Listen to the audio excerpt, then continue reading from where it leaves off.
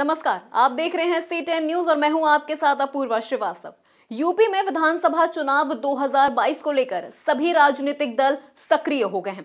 कांग्रेस भी यूपी में अपनी सियासी जमीन को फिर से पाने के लिए पुरजोर कोशिश में लगी हुई है और कांग्रेस महासचिव प्रियंका गांधी वाड्रा प्रदेश सरकार के खिलाफ हर मुद्दे को जोर शोर से उठा रही हैं, जिससे कांग्रेस को चुनावी लाभ मिले। कांग्रेस महासचिव बनने के बाद प्रियंका गांधी वाड्रा भाई राहुल गांधी की तुलना में काफी एक्टिव हैं। प्रियंका लगातार उत्तर प्रदेश सरकार के खिलाफ मोर्चा खोलकर कांग्रेस की आवाज को बुलंद तो कर ही रही हैं, साथ ही यूपी में बेजान पड़ चुकी कांग्रेस में जान फूंकने के लिए हर एक मुद्दे को बड़े पैमाने पर उठा रही हैं और सरकार की खामियों को जनता के सामने रखकर आक्रामक रुख अख्तियार कर रही हैं।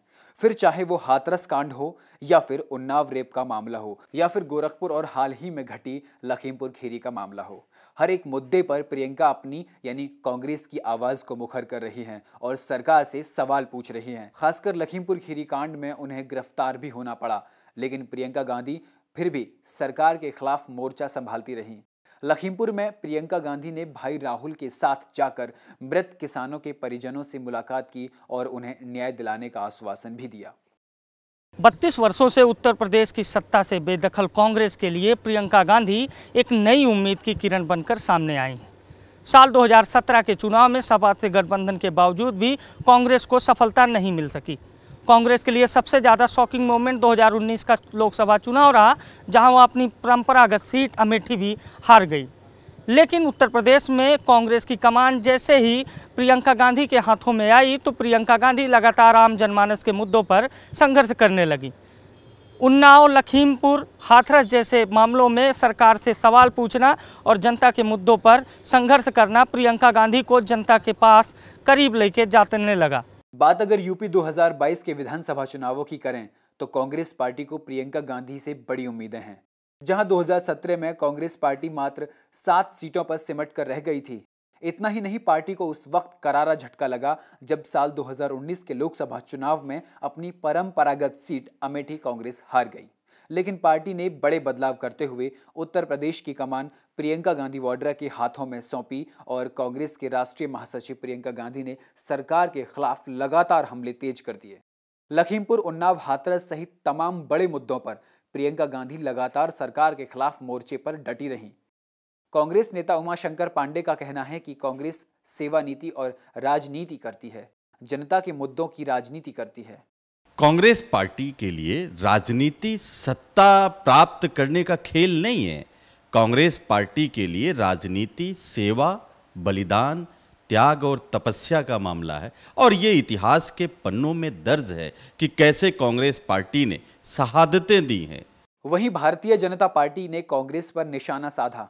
बीजेपी नेता समीर सिंह ने कहा कि साल 2017 में भी यूपी के 2 युवा साइकिल पर सवार हुए थे और कांग्रेस के बड़े नेता राहुल गांधी को हार का सामना करना पड़ा था। अब साल 2022 में जिम्मेदारी प्रियंका को दी गई है, लेकिन 2022 में भी प्रियंका गांधी का हश्र राहुल गांधी सरीखे होगा। देखिए, फायदा और नुकसान तो कांग्रेस का अंदरूनी मामला, लेकिन मैं इतना जरूर कहूँगा प्रियंका जी, आप राजस्थान पर मौन क्यों हैं और छत्तीसगढ़ पर मौन क्यों?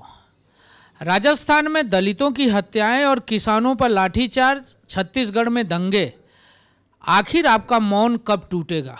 ये उत्तर प्रदेश की जनता जानती है कि आप दोहरा चरित्र क्यों अपना रही हैं और इसके पीछे का कारण उत्तर प्रदेश की जनता जानना चाहती है।